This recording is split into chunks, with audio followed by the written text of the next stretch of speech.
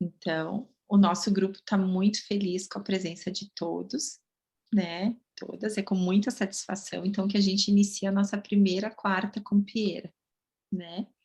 Essa é a nossa primeira, né, última desse ano, né, porque não mas a gente está ainda, acordando a data, mas a princípio, fevereiro ou março já reiniciamos o próximo ano, então dando seguimento às quartas com Pieira. Então, nesse primeiro momento, então, essa é uma atividade, então, da nossa associação Pierre Olagnier, do departamento científico, que vai apresentar hoje o trabalho escrito pela Nicole, Mulheres Violentadas, Revivências do Tanático Materno, tá? A Nicole, a nossa colega, ela é do departamento científico, a Nicole Venturim Padilha, ela é psicanalista pelo CEP de Porto Alegre, Serra, uma das fundadoras e diretora científica da Associação Pierre Olagnier, e uma das editoras do livro Pluralidades, a psicanálise entre o feminino, o racismo e as questões de gênero. Quem vai comentar o trabalho da Nicole é a nossa querida Denise Martinez Souza. Ela é psicanalista, presidente da Associação Pierre Olagnier, membro pleno do CEP de PA, Serra, diretora do Gradiva Grupo Atlântico de Psicoterapia e membro dos seminários de Winnicott de Porto Alegre. Eu sou Sheila Clipe Otonete, sou responsável pelos grupos de estudos da associação e eu vou estar secretariando a atividade hoje. Então, nesse primeiro momento, eu vou passar a palavra para a Nicole, depois a Denise vai fazer os comentários e depois eu abro para a gente poder ter um momento de conversa também, certo? Então, Nicole, a palavra está contigo. Obrigada, Sheila. Bom, primeiramente, queria agradecer a presença de todos e todas hoje à noite aqui. Falar que eu vou estar apresentando o meu trabalho, eu vou ir falando ele em português e vou compartilhar aqui a versão em espanhol. Vamos ver se vai dar certo agora o compartilhamento aqui no celular. Vou colocar aqui a tela, só um minutinho.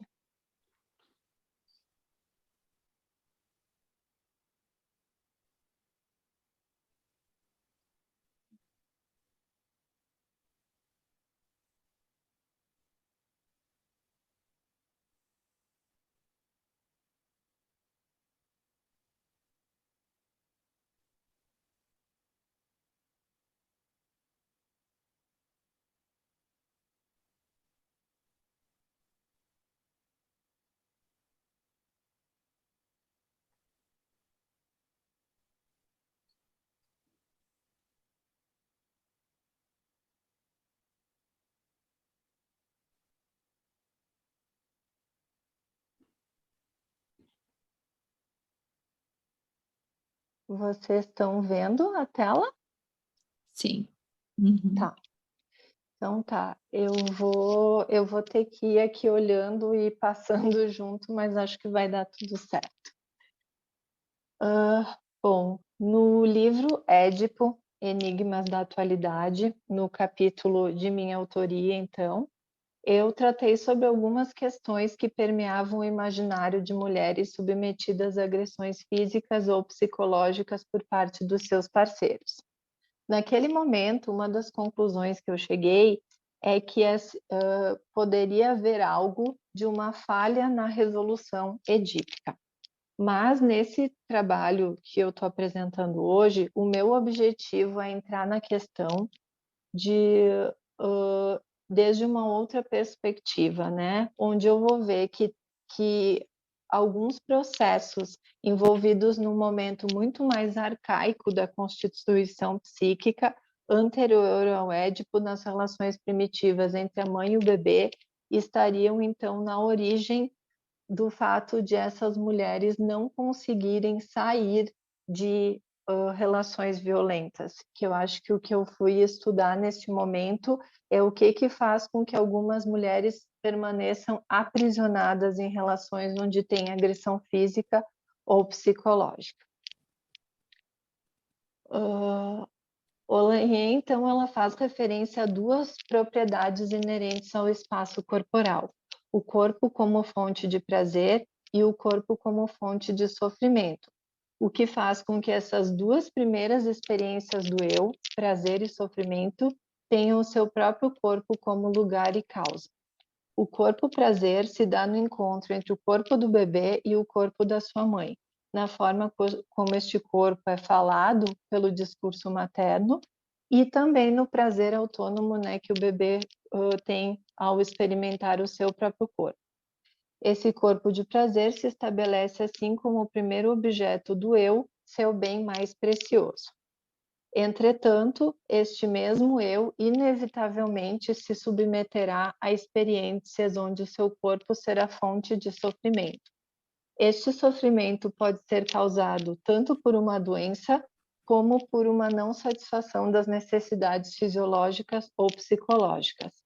Além disso, o eu começa a entender o corpo como um objeto que, apesar do sofrimento que muitas vezes lhe impõe, que ele não pode se desfazer daquele corpo, já que ele depende dele para se manter vivo.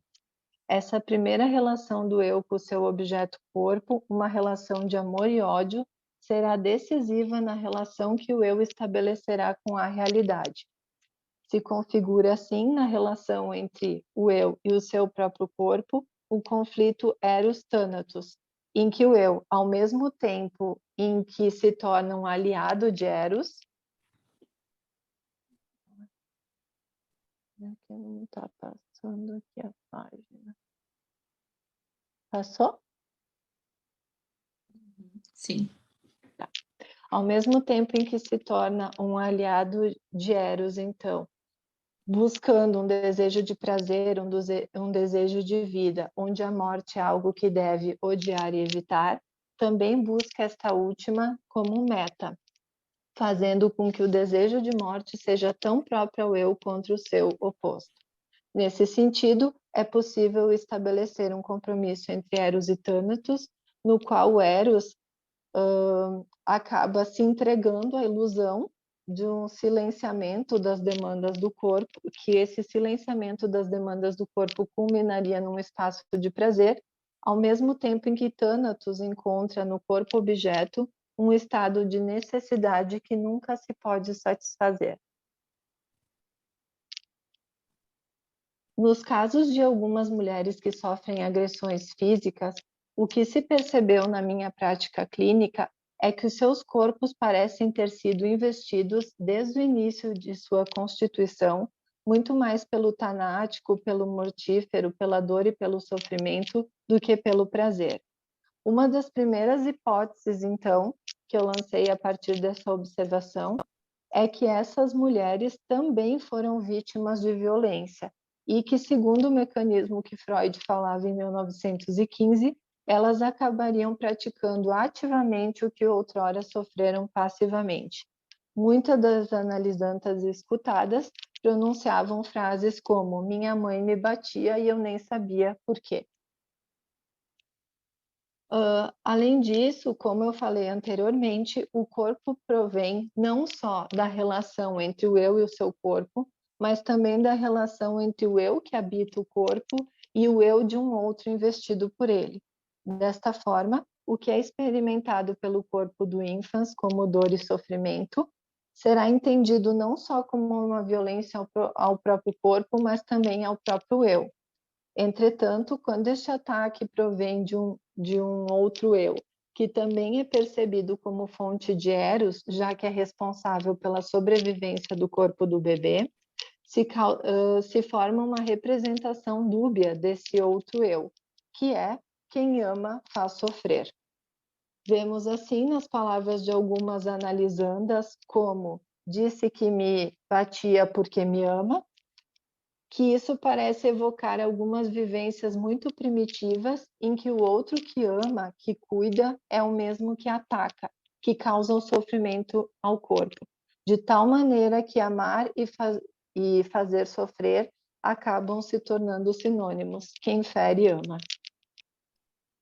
No trabalho do eu, segundo o trabalho do eu, segundo Olanier, é criar uma representação do mundo, da realidade que o rodeia, coerente com a sua própria estrutura.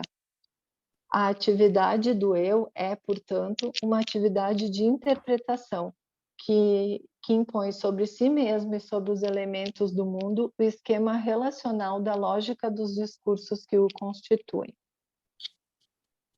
Olanhê assinala que a mãe oferece ao bebê um material psíquico remodelado por sua própria psique, através do processo de repressão. A autora chama este material de alimento, em alusão aos processos orgânicos que ocorrem durante a amamentação. Para Olanhê, assim como a mãe oferece um alimento, o leite, que se metaboliza no aparelho digestivo do bebê, ela também oferece um alimento psíquico permeado pelas vivências maternas, que será metabolizado e transformado pela psique do infans para que este possa se apropriar de tal material.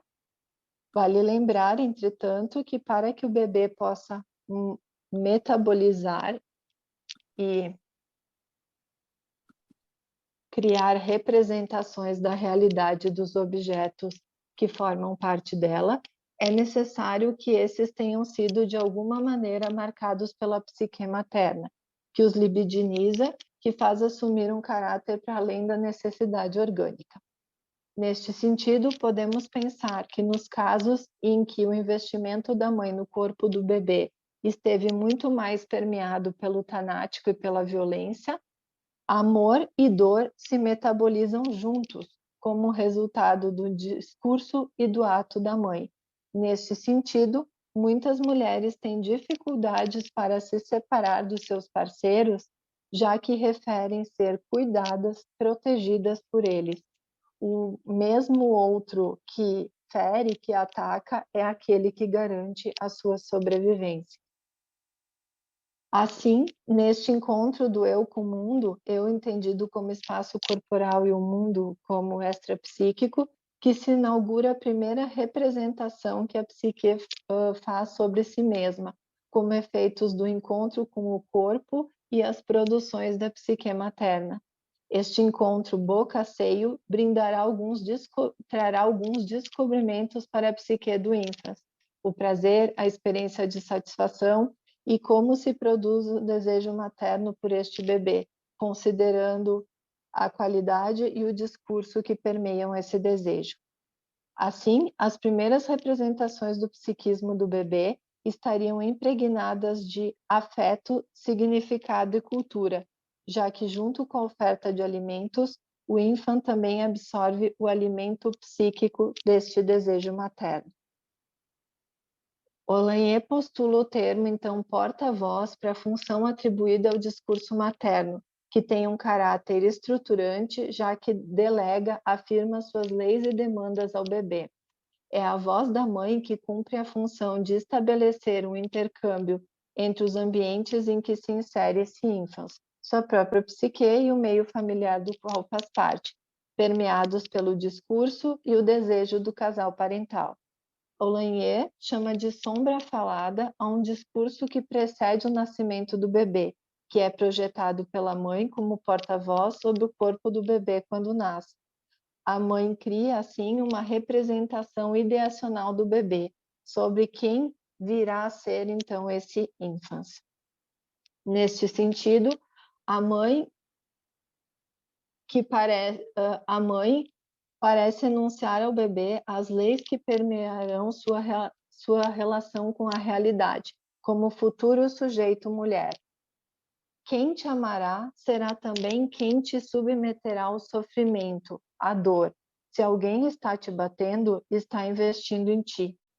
E este parece ser o tipo de relação que algumas mulheres estabelecem com seus objetos de amor ao longo de sua vida. E que nestas relações o discurso materno acaba se ratificando com alguns dizeres pronunciados por seus parceiros, como: te amo, olha tudo o que eu faço por você, olha o que você me fez fazer, como se a intensidade do amor que sentem fosse o motor da violência. Se ferem é porque amam demais. Desta maneira, há para um sujeito antes da sua existência um mundo interno e externo que o precede e que pode revelar-se alternativamente como aliado ou como adversário. o eu percebe a si mesmo como resultado de um desejo de um discurso de vozes que o precederam. Mesmo antes do nascimento, o bebê já ocupa um lugar no imaginário e no desejo materno, uma sombra projetada que permeará todo o processo de constituição subjetiva. Assim, em sua busca por análise, vemos que tais mulheres, ao buscarem alternativas para escapar do sofrimento a que são submetidas em suas relações, parecem não poder renunciar a essa relação. O seu desejo parece estar permeado por um não desejo, restringindo-se a possibilidade de ser desejado, ainda, né, que este ser desejado seja permeado por um desejo mortal ou destrutivo.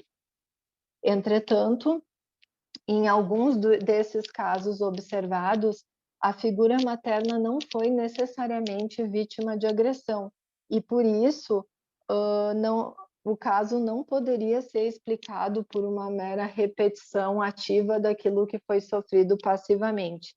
Então, fui buscar um outro conceito de Olanier, em que ela afirma que no desejo materno pode haver tanto um desejo de dar vida como um desejo de dar morte, já que em alguns casos a gravidez pode significar uma ameaça para a vida da mãe.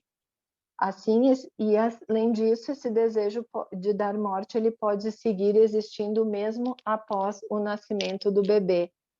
Ele tem a ver, então, com uma ameaça de autodestruição, de autoaniquilamento, cujo objetivo, né, não é a pessoa inteira, mas esta parte, este ser vivo que faz parte, e que haveria, então, um acordo entre Thanos e Eros para defender a vida desta parte a um mínimo necessário. É quase como se assim, bom, já que tem esta parte dentro de si, né, que esse bebê representaria uma parte dessa mãe, e isso ela sentiria um desejo, uma ameaça ao mesmo tempo de uma autodestruição, de autoaniquilamento, e por isso num pacto entre Eros e Thanatos se defenderia isso ao mínimo necessário para que ela possa se manter viva. Então se mantém essa parte dela viva para que ela possa se manter viva. Nesses casos, as noções de rejeição e ódio adquirem um novo significado. A rejeição aparece como resultado de uma luta feroz contra um desejo funcional que se mostra muito intenso, dado o risco, né, que ele carrega junto consigo. E o ódio pela menina provém então de uma pulsão de morte que, num pacto com Eros, exige que não só a vida do que odeia seja preservada, mas também do odiado. Este ódio, ele aparece expresso então através de pulsões sádicas que dão pistas sobre a posição que ocupa esse bebê na libido materno. Assim, as relações mãe-bebê das analisandas estiveram muito mais permeadas por um desejo de dar morte e por um movimento de investimento-desinvestimento permeado por algo da ordem do sádico e ou de um desejo fusional cuja possibilidade de separação dá lugar a um sentimento de aniquilamento. Uma situação que acaba se reproduzindo nas relações amorosas atuais, em que o companheiro que odeia, que fere, é ao mesmo tempo aquele que diz: não posso viver sem você e você não pode viver sem mim. Isso nos leva então a outros conceitos de Olanier, a violência primária e a violência secundária. O primeiro, necessário no processo de constituição, marca a dialética entre o espaço psíquico da mãe, já atravessado pela repressão e cujo eu já está instaurado, e o espaço psíquico do bebê ainda incipiente. Um conjunto de enunciados ainda heterogêneos ao eu do bebê, mas uma ação necessária proveniente do eu de um outro, preço pago pela psique para ter acesso a uma futura constituição do seu próprio eu. A diferença, no caso da violência secundária, é que ela é caracterizada por um excesso, que é sempre danoso e desnecessário para o eu. Essa violência secundária parece impedir qualquer movimento contrário aos modelos impostos pelo discurso do porta-voz, impondo limites à autonomia do eu, aprisionando a dependência do outro. Assim, tanto na relação inicial como com a mãe, né, como nas relações futuras com os seus parceiros, temos mulheres submetidas ao desejo de outro eu que exige em excesso. Nesse sentido, se submetem a um lugar de desejo, de objeto de desejo do outro, aos seus mandos e excessos, porque cada vez que tentam sair desse lugar, são humilhadas e desvalorizadas, invalidadas como sujeitos desejantes. Mulheres submetidas a uma sombra que diz que são incapazes de ser amadas, investidas por si mesma e por outro, e que devem ser gratas ao fato de que aquela mãe, nos tempos primeiros, ou aquele parceiro, nos tempos atuais, está ao seu lado, investindo amorosamente, né, entre aspas, mesmo que é um mínimo necessário nelas. Só cabe a elas, então, aceitar tudo o que é dito sobre elas, aceitar o que pensar e desejar, porque este é o único lugar que lhes cabe. Dessa forma, acabam aprisionadas a uma identificação primordial quando o bebê se coloca numa posição de ser objeto de desejo da mãe, já que corresponder a esse desejo parece ser a única forma de sobreviver corporal e psiquicamente. Assim, essas analisandas seguem sendo incapazes de acessar o seu próprio desejo. A violência secundária impede a evolução do eu para converter-se em sujeito desejante, sujeito de seu próprio desejo, e faz com que o eu fique fixado, então, numa posição de objeto de desejo do outro, violência que impede a alteridade. Sempre que a análise coloca elas diante da possibilidade de se libertar, de construir uma nova narrativa, outras formas de relação guiadas pelo prazer e por Eros, então parecem retroceder, como se deste modo estivessem transgredindo o desejo materno. É como um pássaro, então, que eu coloco que passou a vida inteira presa numa gaiola e quando essa gaiola abre, ele não consegue voar, mesmo que esteja solto, né? Essa liberdade, esse acesso ao próprio desejo, carrega junto consigo a morte do próprio eu. Portanto, né, a ameaça de morte do próprio eu. Portanto, quando elas estão elas acabam se submetendo à violência desse outro, já que esse outro é responsável pela sua própria existência. Muitas mulheres referem, tanto no discurso de sua mãe como de seus companheiros atuais, frases do tipo que elas não sobreviverão sozinhas, que elas não serão amadas por mais ninguém.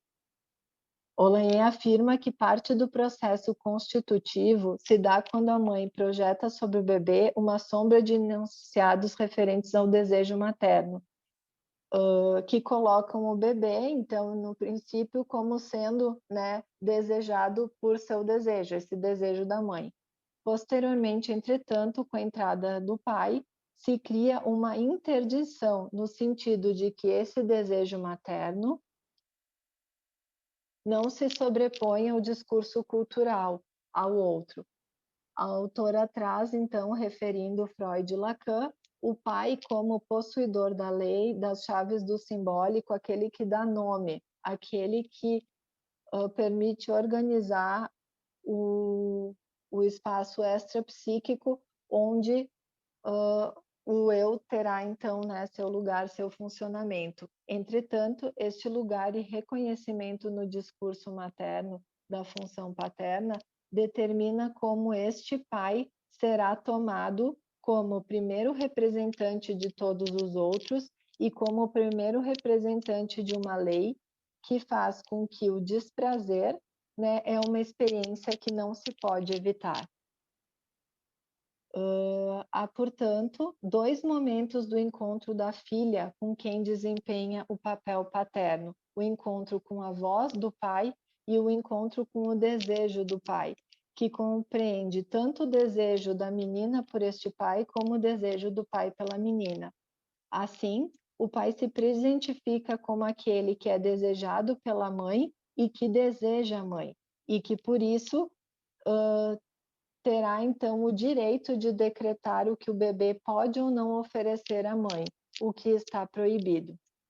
Nos casos aqui estudados, alguns dados chamaram então a atenção sobre o lugar que ocupa esse pai no discurso materno.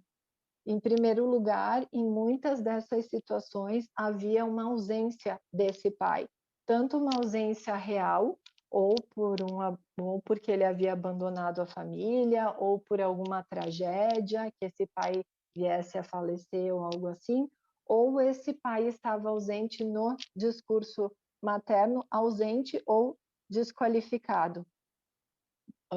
Neste caso, teríamos então mães fálicas, cujos processos simbólicos de repressão tiveram falhas significativas, onde a falta parece não haver sido inscrita satisfatoriamente, colocando o bebê como objeto de submissão ao seu desejo, que é um desejo de morte.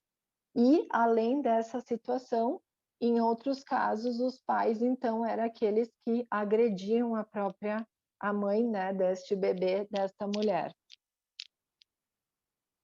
E por isso, né, entraria naquela questão que eu falei anteriormente, então, que essas mães reproduziriam ativamente, né, o que sofreram.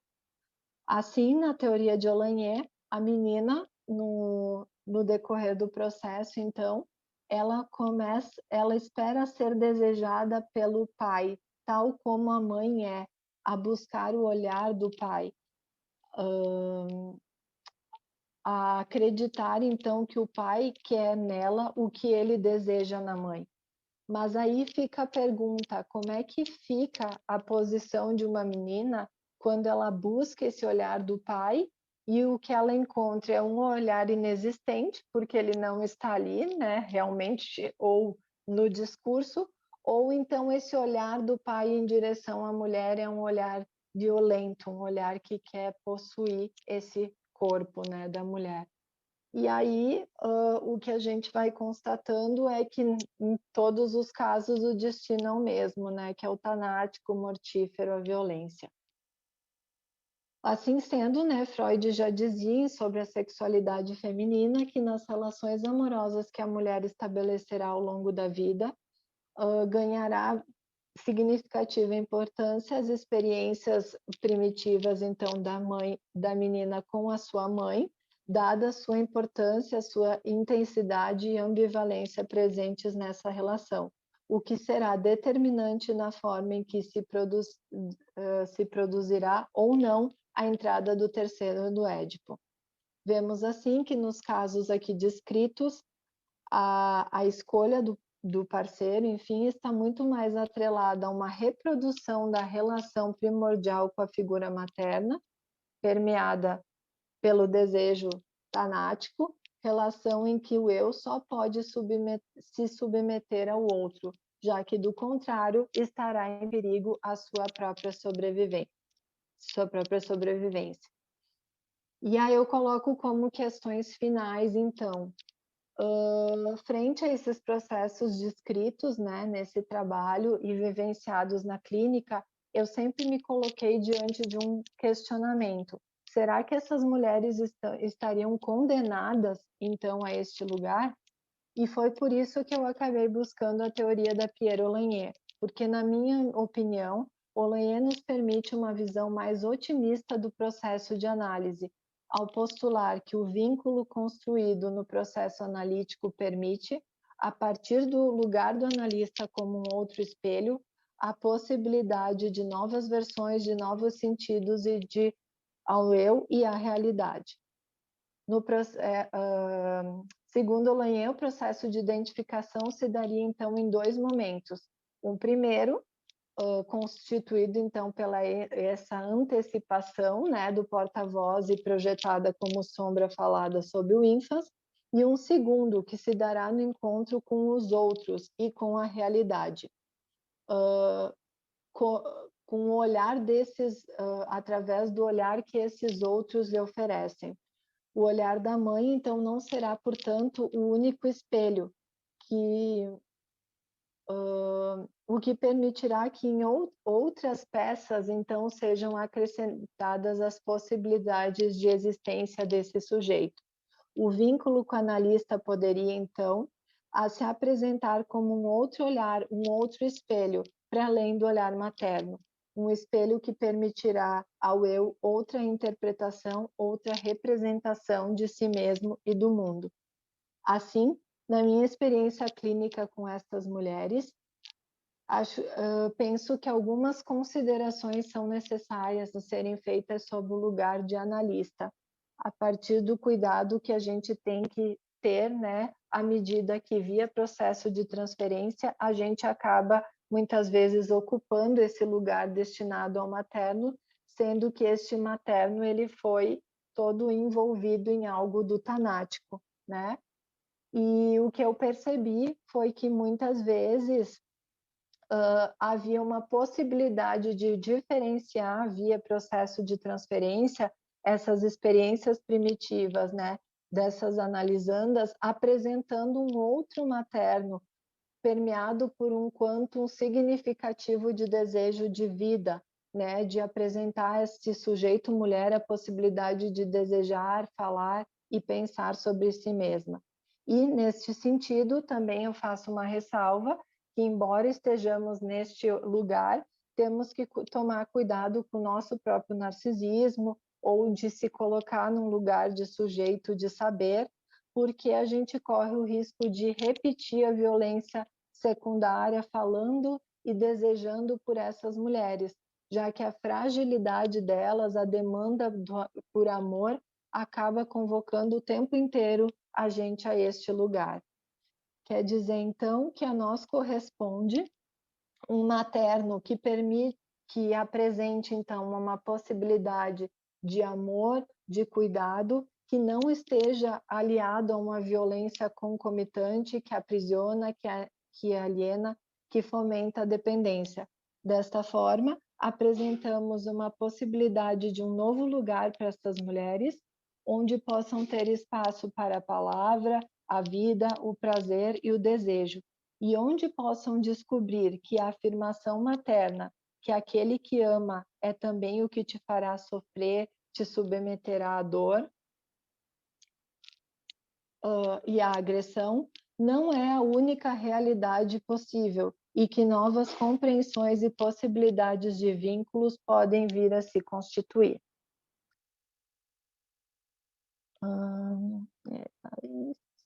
Isso. Enfim, por enquanto é isso. Obrigada. Obrigada, Nicole. Né? Agora eu passo então a palavra para Denise Souza. Eu só precisaria partilhar minha tela também. Tá. Pode me autorizar, por favor? Está autorizado, pode compartilhar.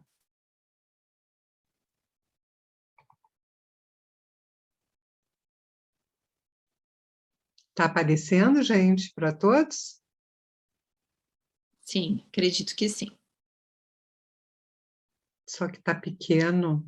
Vou tentar só um minutinho.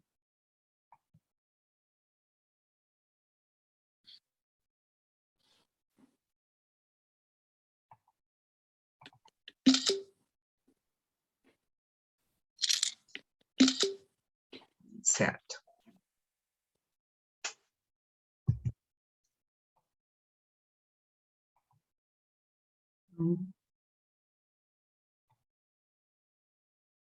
Ah, meu Deus. Essas horas são difíceis. Só um pouquinho.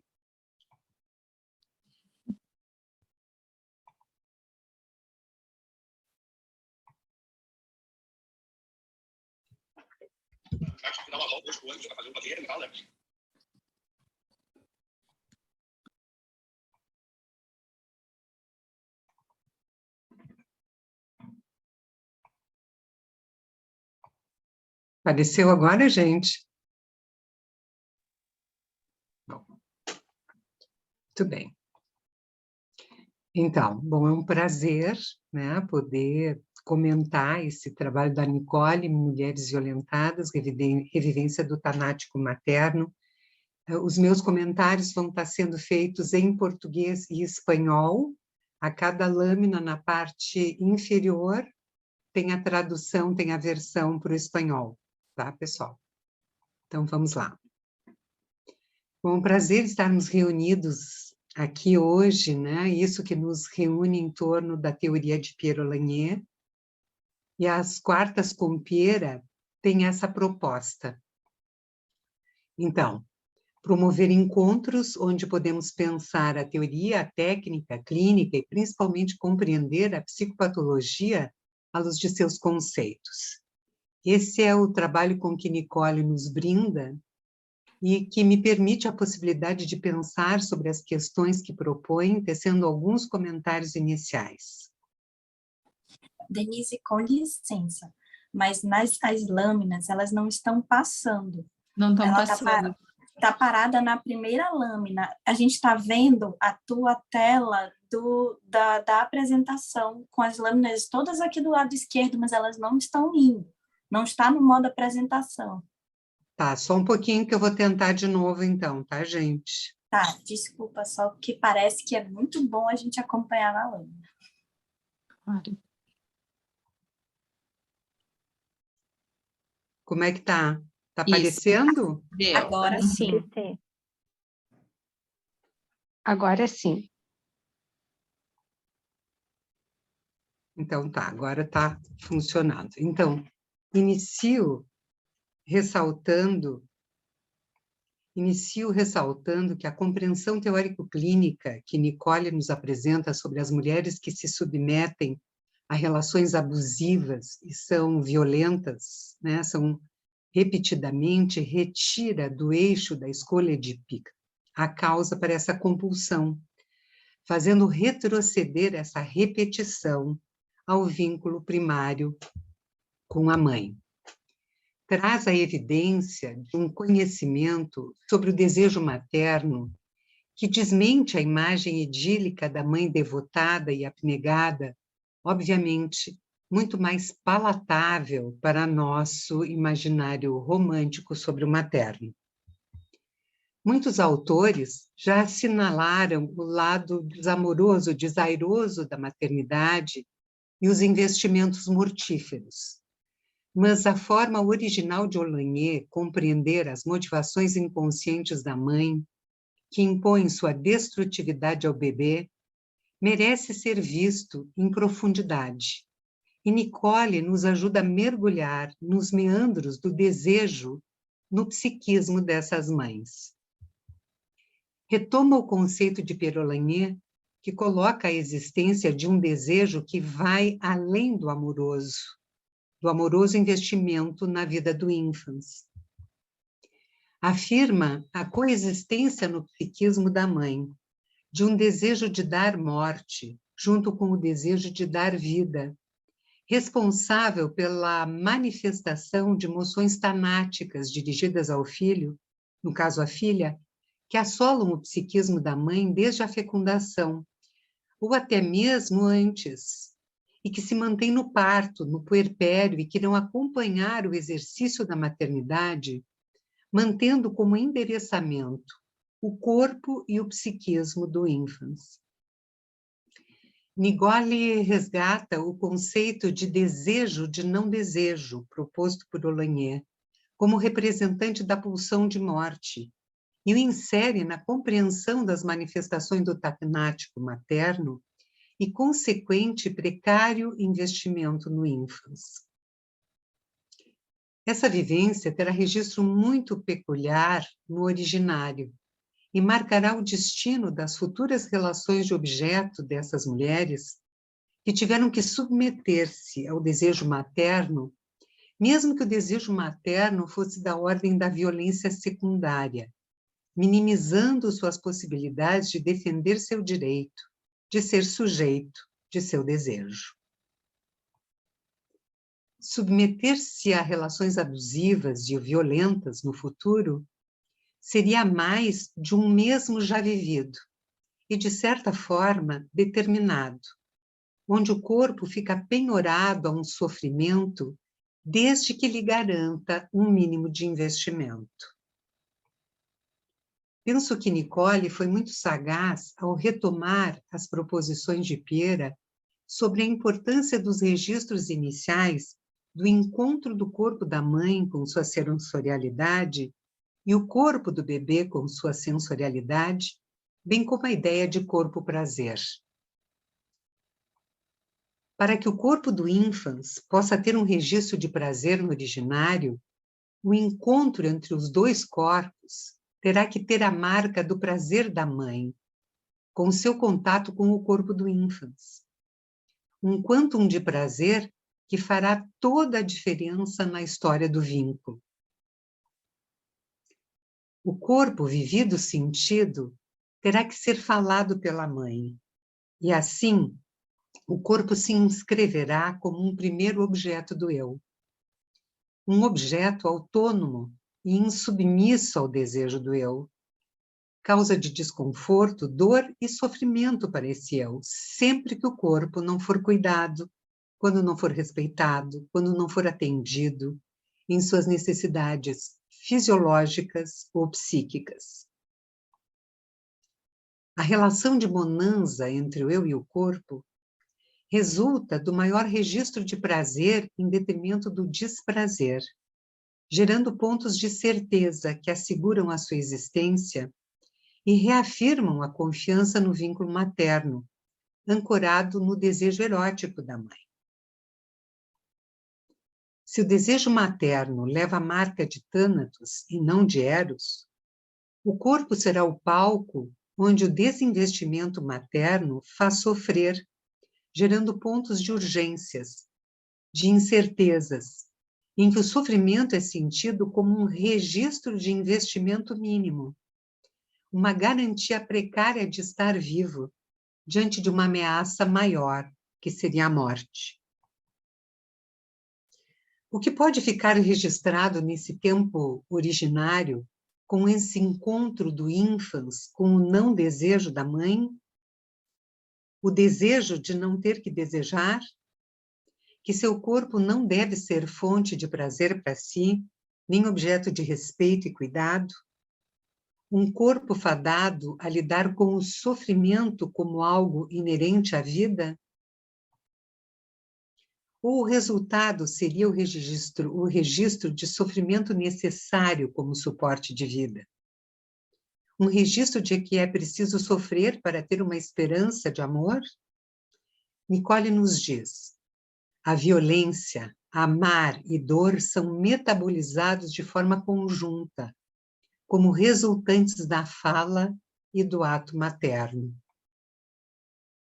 A essa experiência onde o registro é a imagem de coisa corporal, somar-se ao discurso materno, reflexo dos desejos antecipados sobre o ínfans e seu corpo.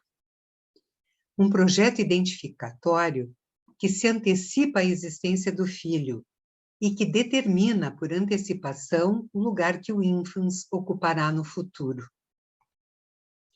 Discurso cujo enunciado cairá por sobre o ínfans como uma sombra falada que encobrirá mais ou menos as possibilidades identificatórias do filho, sendo este autorizado ou não ser sujeito do próprio desejo ou escravo do desejo, não desejo da mãe. Enunciado materno que antecipa e interpreta as suas necessidades através da sua função de porta-voz. E ao fazê-lo, não fala somente por ele, fala dele ao falar com ele. É a mãe que, com sua função de prótese, aliada à sua função porta-voz, que torna possível viver o presente e que garante um futuro possível, desde que é autorizado a relacionar-se com seu corpo segundo os ditames maternos, e assim um formato de subjetivação condizente com o seu desejo.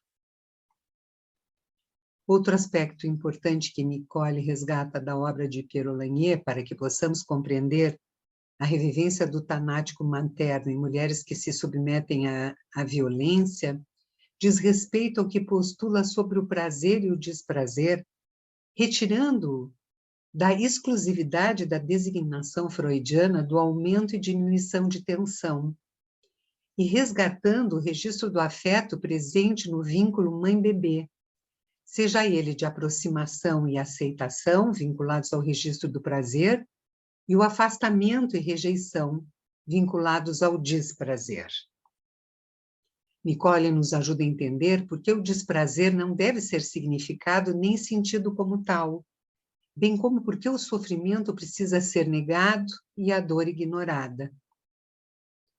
Suprimir esses significados permite que rapidamente se restitua a ligação com uma vivência de prazer, com uma promessa de encontro vivida e reativada a partir de uma experiência pretérita, em que o desprazer antecipava o prazer de um encontro, mesmo que precário, com a mãe. No caso de violências e maus tratos a que as mulheres se submetem, existiria uma revivência que seria atualizada na relação com o parceiro, que toma na cena tanática o lugar da mãe. Uma mãe que submeteu a filha e determinou um único destino para ela: sacrificar seu corpo e seu desejo a um outro, como propõe Nicole. Então, o desejo dessas mulheres fica permeado por um não desejo, restrito à possibilidade de ser desejado, mesmo que essa última opção seja permeada por um desejo mortífero de destruição, como nos diz Pierre Lanier, em 79. Essas mulheres pagam com o sofrimento do corpo e da alma, pagam caro na tentativa de encontrar o desejo no não desejo, para entregar-se ao mortífero do desejo do parceiro como uma forma do encontro com o amor que lhe foi negado. Nessa entrega, Nicole nos faz ver um reencontro. A história da ontogênese de um tipo especial de desejo, o desejo de não desejo, que se atualiza, já que remonta ao não desejo materno. Triste história, onde submeter-se à violência tanática do não desejo materno fica determinado que submeter o corpo a um quantum mínimo de destruição seria a única forma possível de garantir a sobrevivência física e de existência psíquica, desde que pudesse ser interpretado como amor o que está longe de ser. Mas a sensibilidade clínica de psicanalistas como Nicole, que em sua teorização flutuante encontra ressonâncias nas propostas teóricas e técnicas de Olanier, promovem um encontro analítico, onde o vínculo permitirá uma nova versão do vivido. Possibilidade de, no encontro com o analista, ressignificar os desencontros. Afinal, já que somos condenados a investir, podemos ter esperança de que aquilo que no vínculo não foi vivido, no vínculo possa vir a ser inscrito e ou reinscrito, transformando o destino das identificações, propiciando que um novo jogo pulsional possa encontrar outros objetos, e que o encontro analítico promova uma subjetivação sob a égide de Eros, já amalgamado com o que foi originalmente só tanático. Fico por aqui. Obrigada. Obrigada, Denise. Muito bom trabalho, Nicole. Muito bom comentário, Denise. Obrigada. Sim. Então, eu queria abrir a palavra agora para quem gostaria de comentar, se tem algum questionamento, enfim. Podem perguntar também pelo chat. Se não quiserem falar, fiquem bem à vontade. Eu vi uma mãozinha da Grace, da Geusiane, da Camila, eu achei, já temos discussão à vista. Era palmas, mas estava no microfone. Bom.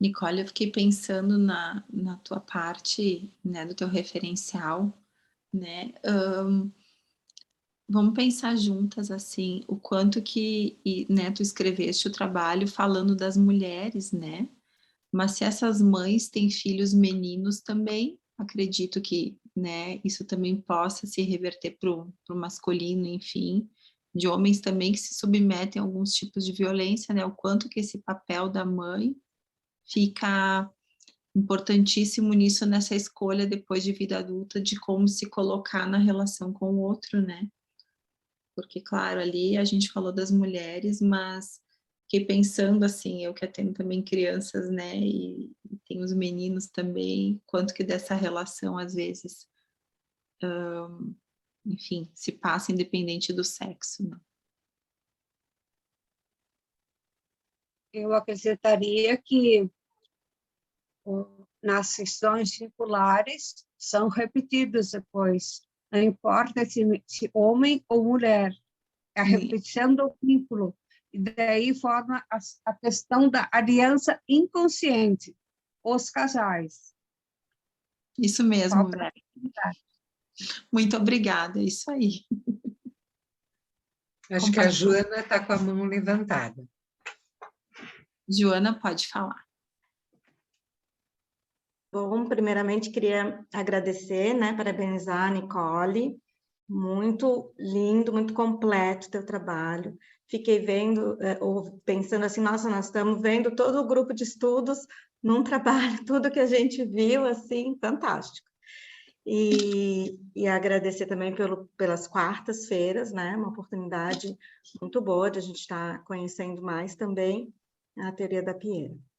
E também, assim, em relação ao que foi comentado agora, sobre a questão da repetição do vínculo, a todo momento que a Nicole, quando estava lendo, e falando, claro, neste momento sobre as mulheres e as repetições em suas relações do tanático materno, eu fiquei pensando na relação mãe-bebê subsequente, né? Essas mulheres que vivenciaram isso e com seus filhos.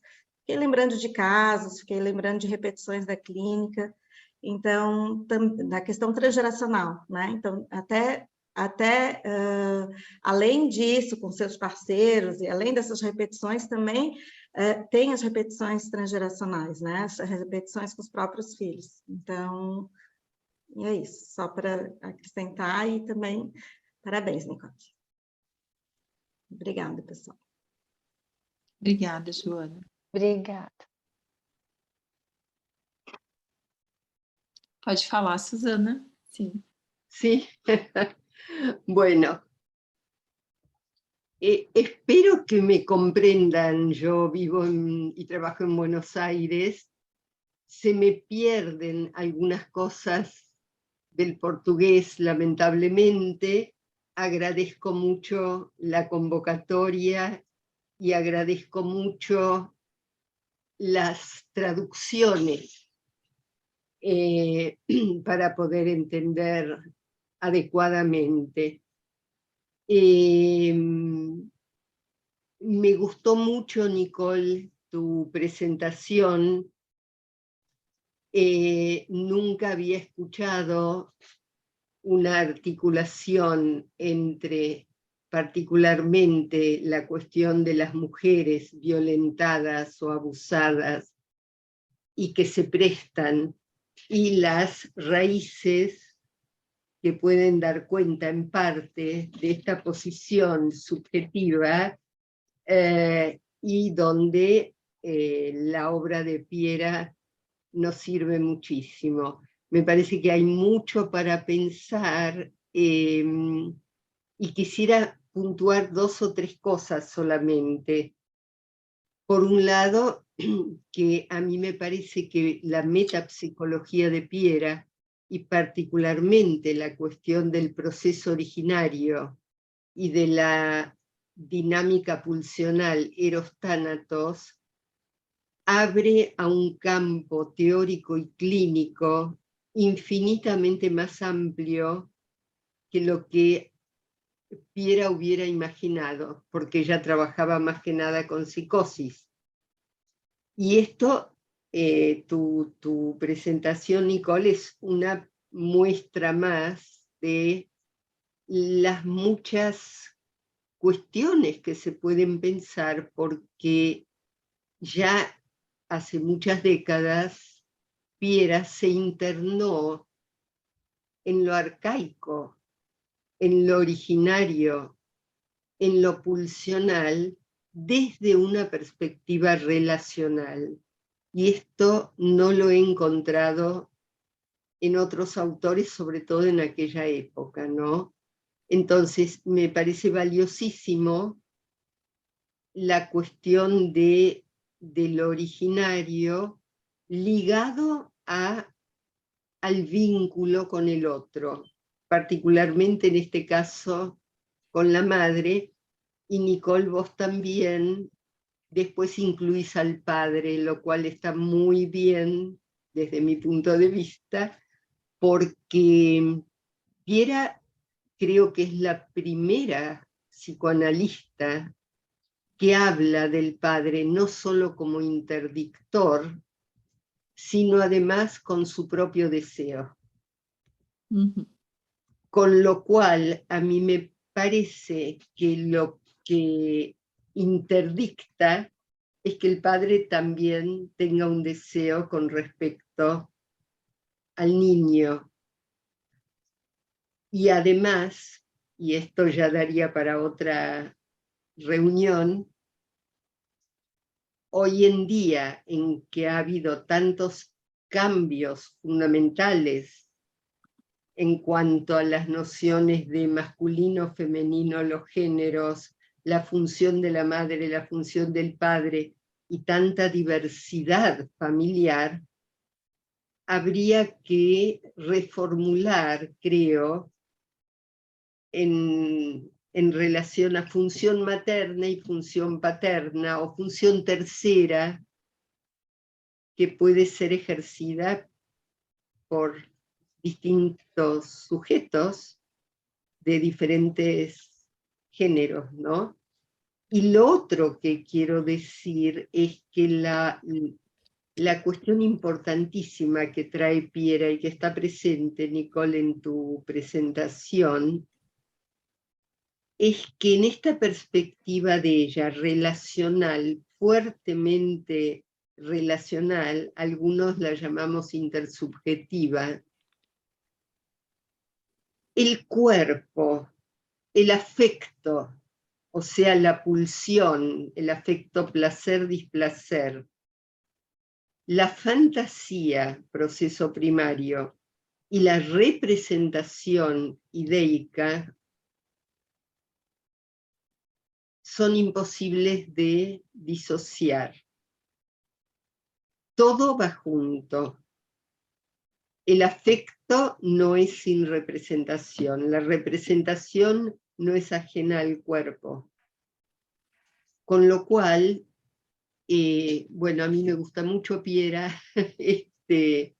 la teoría de Piera y la clínica de ella, y lo que permite pensar clínicamente, pero me parece que la presentación toma ahí algo muy importante, fuertemente sustentado en la metapsicología de Pierre Olanier, que es una metapsicología para mi gusto, que aporta algo hasta ese momento inédito, y no sé hoy.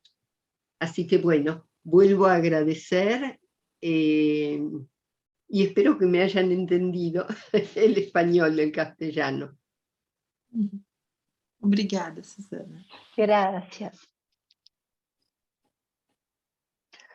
Eu compartilho, assim, da importância da teoria da Piera para a gente ampliar a visão clínica e dos fenômenos que se apresentam da clínica. Deu para entender muito bem o que tu falou e compartilho muito, assim, da tua opinião. Obrigada. Gracias. Obrigada, Suzana, e tu falaste da função paterna, né, da importância que a Pieira dá para o pai. Nós, enquanto, né, grupo, nós estávamos pensando e para o ano que vem queremos ter uma atividade dando uma ênfase nessa questão, nessa temática paterna em Pieira também. Então, quando tu falaste, né, a gente com certeza lembrou dos nossos comentários e que sim, é muito importante como ela traz o pai na teoria dela.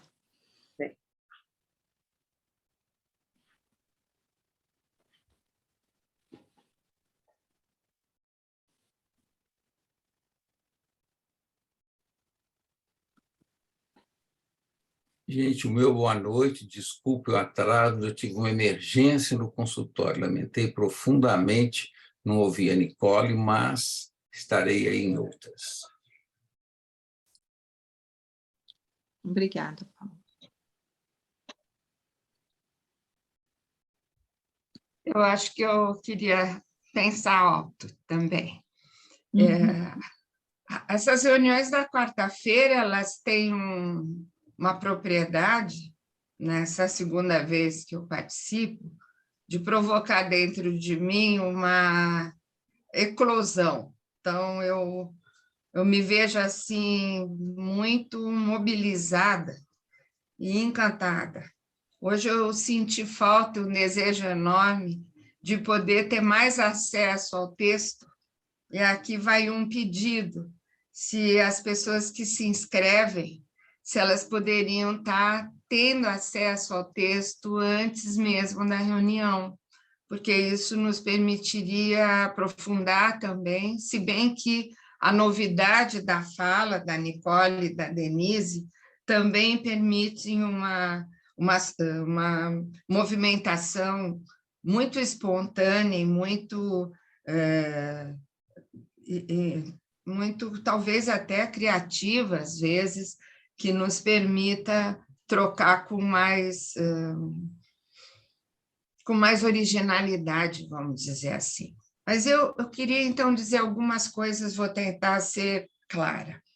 A primeira é que eu agradeço muito e acho que o trabalho da Nicole e o comentário da Denise, elas trazem uma sofisticação de não simplificar nem a mãe, nem o bebê, nem os homens. E eu achei assim belíssima aquilo que suscitou em mim, que é uma descoberta, de que o encontro ele se dá no desencontro da agressão. Foi assim que eu entendo para mim. Que esse desencontro, que é tão trágico, eu assisti há poucos dias a fala de uma estudiosa que dizia, ela começou uma fala sobre mulheres agredidas e abusos, e ela interrompe, depois de 10 minutos, a fala, dizendo assim, se passaram 10 minutos, e nesses 10 minutos, 80 mulheres foram agredidas e algumas mortas, porque a estatística é que a cada 1 minuto, 8 mulheres são abusadas, né? Em 10 minutos, 80 mulheres foram, de alguma forma, maltratadas, né? Então, eu acho muito sofisticado essa questão complexa que nos tira do senso comum, Nicole, que você traz, de que na busca do mínimo de afeto, onde se dá a rendição à violência, eu estou buscando um encontro amoroso. É quase como se desse um nó assim na nossa cabeça, a defesa desse ponto de vista. Não é? Porque aí a gente sai do lugar comum, que é o ataque e a vítima, o agressor e a pessoa maltratada. Não é? E você sugere na sua reflexão toda como se dá esse enlace entre esses dois personagens. Não é? Então, isso eu acho que é uma coisa gigante e riquíssima que aparece na sua contribuição. Um outro aspecto que eu acho que é interessante é que existem algumas tentativas sociológicas de se pensar na questão da violência, algumas até antigas.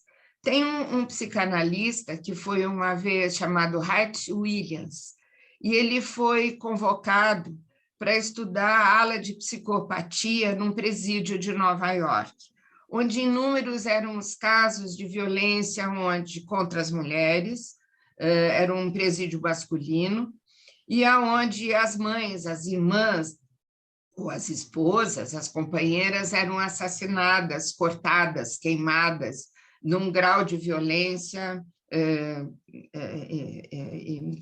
incompreensível como parte do humano, vamos dizer assim. E do estudo que ele fez, muito cuidadoso, ele chega a 2 pontos de vista. O primeiro é sobre a enorme desesperança da recuperação dessas pessoas, mesmo submetidas a um tratamento psicológico. E o motivo da desesperança é que ele ofere que são adultos que, quando crianças, presenciaram cenas de muita violência e que constituíram dentro da vida psíquica um impasse identificatório, que ou se identificavam com a vítima ou se identificavam com o agressor. E entre um e outro, escolheram o agressor como um aspecto constitutivo da sua identidade, porque o agressor sobrevivia e a vítima sucumbia. E que essa era uma marca, do ponto de vista dele, aí pode existir toda uma discussão, irremovível mesmo com o trabalho analítico, né? Essa é uma visão mais objetiva e mais sociológica. Eu tenho a última minha questão, é uma questão mais cara para mim, e é onde eu percorro quase que o tempo todo de buscar, e o livro que eu escrevi, As Mães que Fazem Mal, busca iluminar esse aspecto das mães que não são boas e das mães que não são más, e que somos todas nós, do meu ponto de vista. Então, eu parto da ideia de que não existe a possibilidade de nós sermos mães sem cometermos pecados.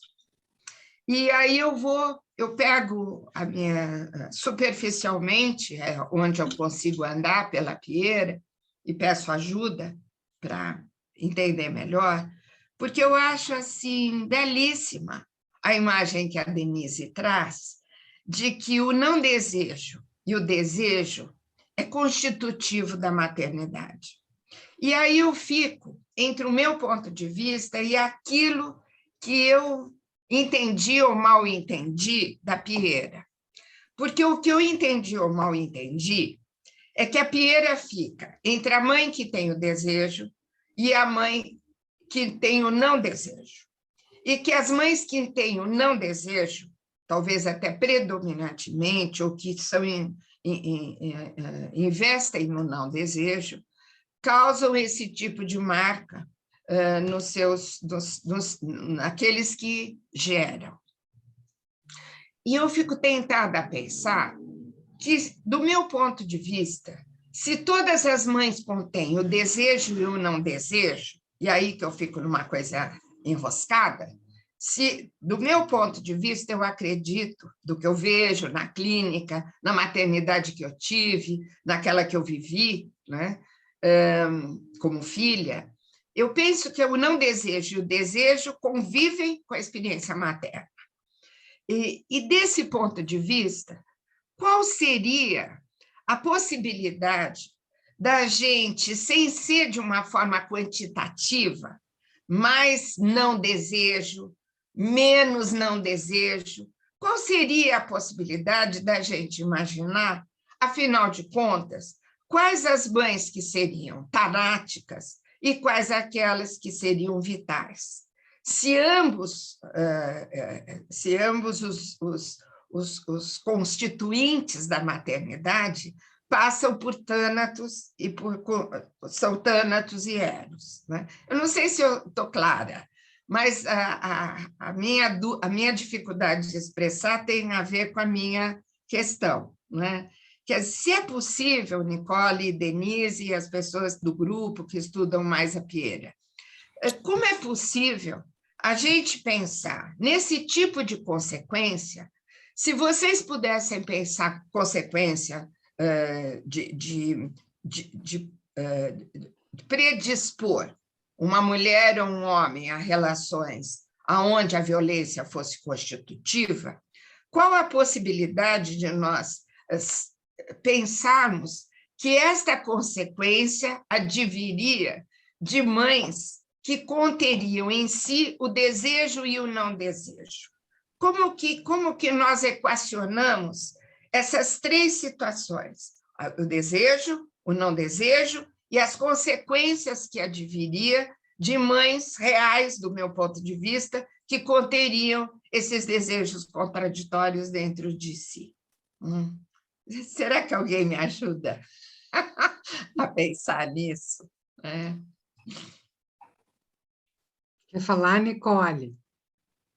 Pode falar, Denise, depois eu falo, não tem problema. Então tá, eu vou tentar. Não sei se vou conseguir, mas vamos pensar juntos. Eu acho que isso que tu traz, né, Silvia, é muito importante e também muito verdadeiro. O desejo e o não desejo, eles estão presentes, mas tem um outro desejo que está presente aí junto, que é o desejo de não desejo, desejo de não ter que desejar. O desejo de não ter de desejar, termina melhor isso. Exatamente. Quando tu toma, existe um não desejo, bom, eu posso não ter desejo. Posso. Como posso ter desejo? Mas a Piera propõe que tem um desejo de não desejar, que faria parte do humano. Ou seja, no momento que eu começo a desejar e que eu me dou conta de que eu me satisfaço quando o desejo é realizado, simultaneamente eu me dou conta do aprisionamento que eu tenho ao desejar. Porque sempre que eu desejo, eu me reporto a que me falta, aquilo que me falta. Então, o desejo nos insere simultaneamente na inscrição de seres faltantes. E a maior ou a menor possibilidade de lidar com isso faz com que exista um desejo de não ter que desejar, um desejo de não ter que me conectar com a necessidade de investir e nem de perceber aquilo que falta. E isso é algo dinâmico no psiquismo. A predominância do desejo de não desejo, a Piera vai dizer que é a manifestação da pulsão de morte, porque implica em desinvestimento, em empobrecimento do investimento no objeto, no outro, no ínfans e na vida. Porque para garantir esse investimento, eu tenho que lidar bem com aquilo que me falta, com a frustração, com a castração, com a minha incompletude. As mães cujo e isso está no psiquismo de qualquer humano, de qualquer ser humano. A prevalência, e como é que se lida com isso, né? A partir do recalcamento. A possibilidade de fazer um recalcamento, né? De tirar do circuito psíquico o que fica implicado de destrutivo nas experiências de frustração, de insatisfação, é que permite que o investimento seja maior do que o desinvestimento. Por isso que a Piera diz que o que é importante na constituição de uma boa subjetivação na relação do vínculo mãe-ínfans é uma mãe atravessada pelo Édipo. O que significa atravessada pelo Édipo? Evoluiu até o complexo edípico, pôde lidar com aquilo que lhe falta, e apesar disso, pôde se inserir como um ser desejante, alguém cuja subjetivação permite desejar e se colocar como incompleto, né? Uhum. Então, o recalcamento faz a diferença daquilo que a destrutividade do não desejo apareça com menor ou menor intensidade. Ótimo, obrigada. Tá claro? Que bom. Que bom, Denise. Coloca mais ordem na minha cabeça. Isso. Muito bom, muito obrigada. Eu não sei se alguém quer completar, mas até onde eu consegui elaborar aqui para a gente ficar pensando junto seria isso. E acho que o desinvestimento é sempre tanático, é destrutivo, né? Eu acho que no trabalho da Nicole o que ela diz é que essas mães cujo desejo de não desejo fazem com que exista um investimento mínimo onde autoriza o bebê a sofrer, né? Porque não atende, porque não está ligado, porque nem percebe, às vezes até é uma impossibilidade, não é por maldade, é porque o desinvestimento implica em não estar ligado com o bebê e não poder atender, né? Eu acho que isso é importante que a gente se dê conta também, que não é uma maldade proposital, né? É uma impossibilidade de investimento mais pleno, de maior investimento que desinvestimento, que faz com que essas inscrições ocorram desta forma, né? E uma mãe mais atravessada, né, pelo Édipo, que já está atravessada pela castração, pode se ligar mais tempo, com mais intensidade, com mais atenção, com mais cuidado. E nisso eu acho que também tem a ver com as identificações com a própria figura materna, com as experiências que teve como bebê. Porque isso também fica registrado, e a Piera resgata muito essa questão transgeracional, né? Porque tem um imprinting na mãe de algo que passa para a filha, para o filho, dessas primeiras experiências no originário, que é sensorial, né? E que fica essa marca também, favorecendo ou impedindo, né? Essa harmonia entre o investimento e o desinvestimento. Uhum. Eu acho bem importante isso que essa questão que foi trazida e o que a Denise traz também, porque eu acho importante, quando eu apresento esse trabalho, colocar que a intenção não é mesmo colocar essa mãe como uma mãe má, que faz isso, né, por uma maldade. É uma mãe que também tem uma história e que se vê nesse funcionamento todo até pelas ameaças inconscientes que aquele bebê representa para ela, por um desejo fusional. Então, existe aí uma tentativa de investimento dentro do que é possível, que gera esse desinvestimento, e para mim foi importante construir isso, porque me deu algumas ideias assim sobre situações onde eu via mulheres que estavam submetidas a algumas relações, às vezes ao ponto de ter a própria vida ameaçada no nível de agressão que sofriam e que não conseguiam sair dali. E aí que eu fui buscar a Piera nesse sentido, porque é quase como se mesmo aquele investimento mínimo dava uma chance de vida, assim, é quase como se está ameaçando de morte, mas está dando vida a esse amor e essa pulsão de morte, Eros e Thanatos, o tempo inteiro ali circulando, e que a ameaça da separação estava numa ameaça da própria sobrevivência, porque precisa, mesmo que seja daquele mínimo, daquele parceiro, né, que aí remeteria essa vivência da mãe para sobreviver. Uhum. Como se essa indiferença abrisse um vazio, né, Nicole? Mesmo sendo agressivo, destrutivo, ainda é alguma coisa. O nada seria esse vazio que ela não conseguiria suportar. Gostaria de dar um palpite aqui, não resisto, depois de ouvir a Denise, e eu não te ouvi, né, Nicole? Então eu não sei, mas só do que foi falado, Denise falou, a Silvia também, eu fico pensando naquela passagem importantíssima da violência da interpretação, aonde a Piera vai falar, que a tradução que está bem ruizinho em português, né?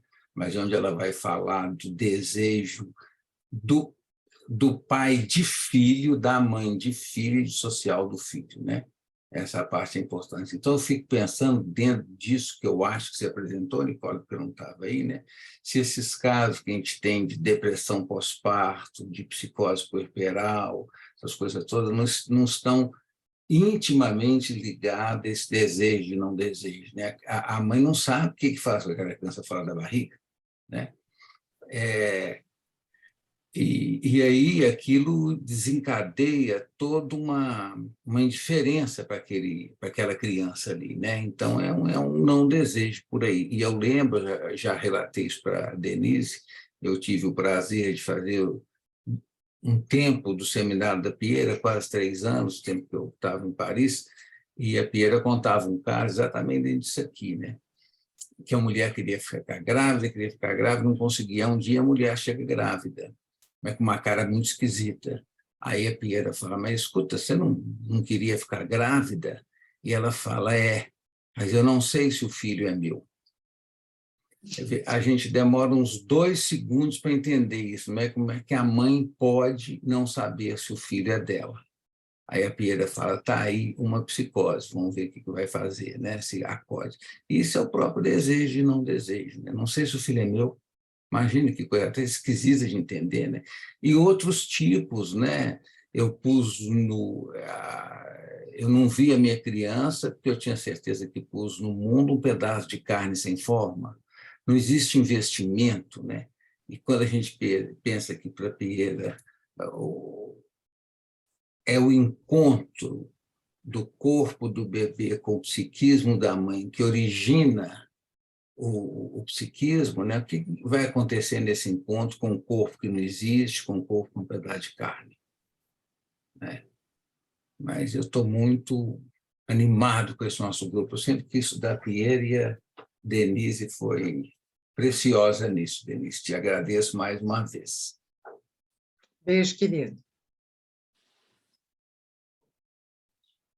Cada vez que eu ouço o Paulo dizer que fez 3 anos de seminário com a Piera, eu não consigo conter a minha inveja, e tenho que declarar. Fantástico. Graças a Joyce que me pôs em contato com ela. Foi maravilhoso. No Santana, um quartinho lá que ela tinha na sala. E depois, quando passa um pouquinho da inveja, aí vem a admiração. Só para dizer que também tem. Fantástico. Eu me lembro de uma passagem, eu não sei bem aonde eu li. Isso é uma coisa que eu não li na Piera, mas deduzi da Piera e passou a ser meu. Mas com tudo isso que eu já estudei da Piera, eu sempre penso que quando a mãe tem o filho nasce, por maior que seja o desejo de não desejo, o desejo foi maior. Principalmente quando esse filho sobrevive. Porque eu sempre penso que a coisa mais fácil, e aí, obviamente, digo isso com cuidado e entre aspas, né? A coisa mais fácil para uma mãe é dar morte para o filho. Se o desejo de morte, né? Se o desejo de dar morte tomar conta dessa mãe e ela tiver funcionando no momento mais psicótico, a coisa mais fácil é dar morte para um bebê, com a sua dependência absoluta da mãe, né? Então, sem dúvida, Denise. A mãe que está grávida não sabe que tá, e acha que o filho não é dela, né? Olha que coisa mais terrível. Está na barriga e acha que é coisa de psicótico, né?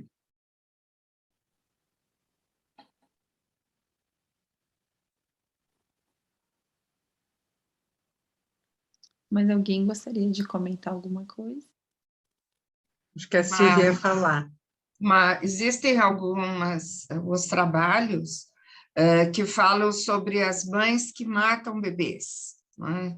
Mães que têm uma violência que se volta contra o próprio bebê.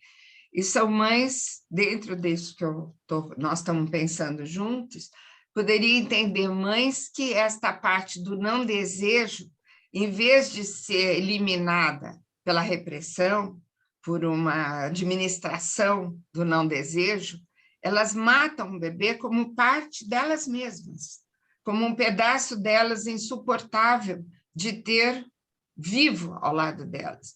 E o relato que fazem, que é muito triste, é que elas matam o bebê sem se darem conta que mataram o bebê, por sufocamento, por afogamento, das mais diversas maneiras. E que depois que o bebê desaparece, muitas vezes elas saem do surto, em questão, às vezes, de um dia para o outro, e elas saem procurando o bebê. E elas choram e se desesperam porque não acham um bebê. Onde está o bebê? Né? E eu penso que isso ilustra, de uma forma trágica, os pedaços de não-vida que a gente traz dentro de nós, não é? E que pode conviver com os pedaços de vida, mas que são os aspectos que sucumbem, os aspectos de não-vida que sucumbem aos aspectos de não-vida, de não desejo, não é? E que traz essas consequências trágicas de se matar um bebê e se procurar por ele, porque era um bebê que também se amava, né? A gente vai se dando conta, por esses exemplos todos, de como a justiça humana, os poderes judiciários, os que arbitram a respeito desses atos ditos criminosos, ela lida com variáveis que são impossíveis de se dar conta, não é? É muito simples classificar o louco do não louco, mas é que o louco contém o não louco dentro dele e o são louco dentro de si. Então, como é que se legisla, como é que se prende as pessoas, como é que se dão as pessoas, trancam as pessoas dentro de punições onde a vida social fica comprometida, né? Enfim, são experiências que nós somos testemunhas e que são muito tristes de nós entendermos na complexidade que elas têm. Mas, ô Silvia, essa mãe que procura o bebê que ela matou e que fez alguma coisa e não sabe, no dia seguinte procura, como é que ela gera essa culpa depois? Tem razão. Como que ela entra em contato que ela foi a autora disso, né? E nesse sentido, a gente pode pensar que o inconsciente a protege, né? Porque ela não dá testemunho, muitas vezes, que a autora do desaparecimento foi ela, a não ser quando ela é levada a julgamento, quando ela participa desse tipo de exposição, né? Mas os relatos que eu obtive, que eu acompanhei, ela ignora a morte que causou. Ela não se dá conta, né? Foi um pedaço que foi extirpado e é como se a vida fosse preservada a partir da eliminação da não-morte, né? A partir da não-vida, vamos dizer assim, né? Ela não administra, ela não toma consciência disso, né? E se toma, é enlouquecedor conter essas duas evidências dentro de si, né? Isso deve ser insuportável. Isso é que eu fico pensando, deve ser um horror. É um momento de loucura matar o bebê, mas também é necessário que a loucura se restabeleça para ela não poder se dar conta da loucura que fez, né? É um paradoxo, mas que eu acho que é a única saída. Isso mesmo. É isso mesmo.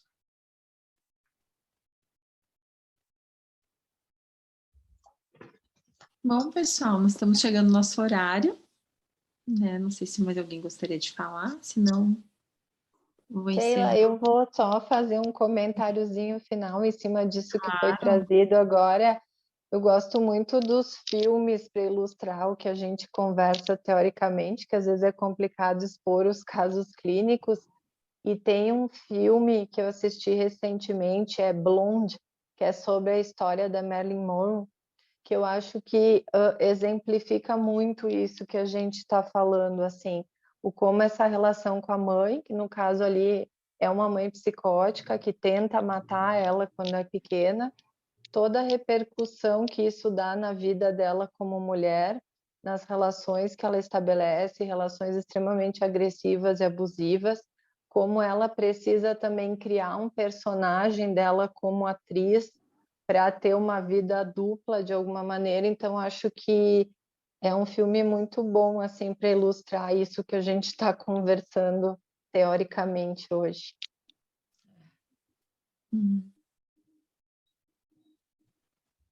Ótima indicação, Nicole. Uhum. Bom, eu convido então todos a participar da próxima quarta científica, que a gente vai estar anunciando, enfim, quem entrou na página do WhatsApp ou no nosso Instagram. Silvia, fica boa a tua dica mesmo dos textos, a gente tem colocado eles na nossa página da Pieira, né? Eles estão lá disponíveis, mas a gente pode pensar talvez em compartilhar no grupo dos inscritos para vocês terem acesso ao antes ou posterior. A gente vai conversar a respeito e depois também trago notícias disso. A nossa próxima quarta científica serei eu que vou apresentar e falarei de mães felicidas. Então, convido a todos a participarem, porque o nosso tema segue, né? Falando um pouquinho das mães. Qual a data? Não temos ainda, Tá. mas avisaremos, né? Estamos ainda para fechar a data.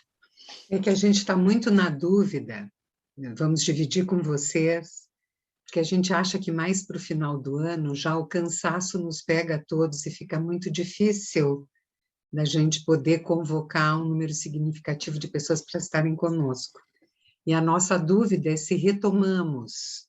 Dezembro, obviamente que não faremos, se faríamos janeiro, fevereiro ou somente março. Então, a gente já tem a programação, mas a gente está pensando, né, qual seria a melhor data para respeitar os nossos limites também, né, do desejo e do não desejo, de poder estudar Pierre Lanier. Então, a gente está pensando sobre isso, talvez a gente faça até uma enquete para ver entre os nossos colegas o que fica mais desejável. Uhum. Ótimo. Assim que tivermos, então, enfim, algo a respeito, a gente, né, comunica, enfim, ou faz a enquete também, como a Denise disse. Mas então eu quero agradecer muito a presença de vocês, foi uma quarta, como Pira gostava, eu acho, né, muito produtiva, muito rica, e olha, a gente foi muito bem para um trabalho pesado, porque a violência sempre nos convoca por um tema assim pesado, e eu sigo encerrando essa quarta com muita leveza e muita alegria, embora o tema nos convoque para algo mais forte. Muito obrigada a todos, então, obrigada Denise, obrigada Nicole, obrigada a todos os participantes, então, e até a próxima oportunidade. Um beijo a todos. Obrigada, boa noite. Obrigada, Sheila, beijo. Obrigada. Boa noite.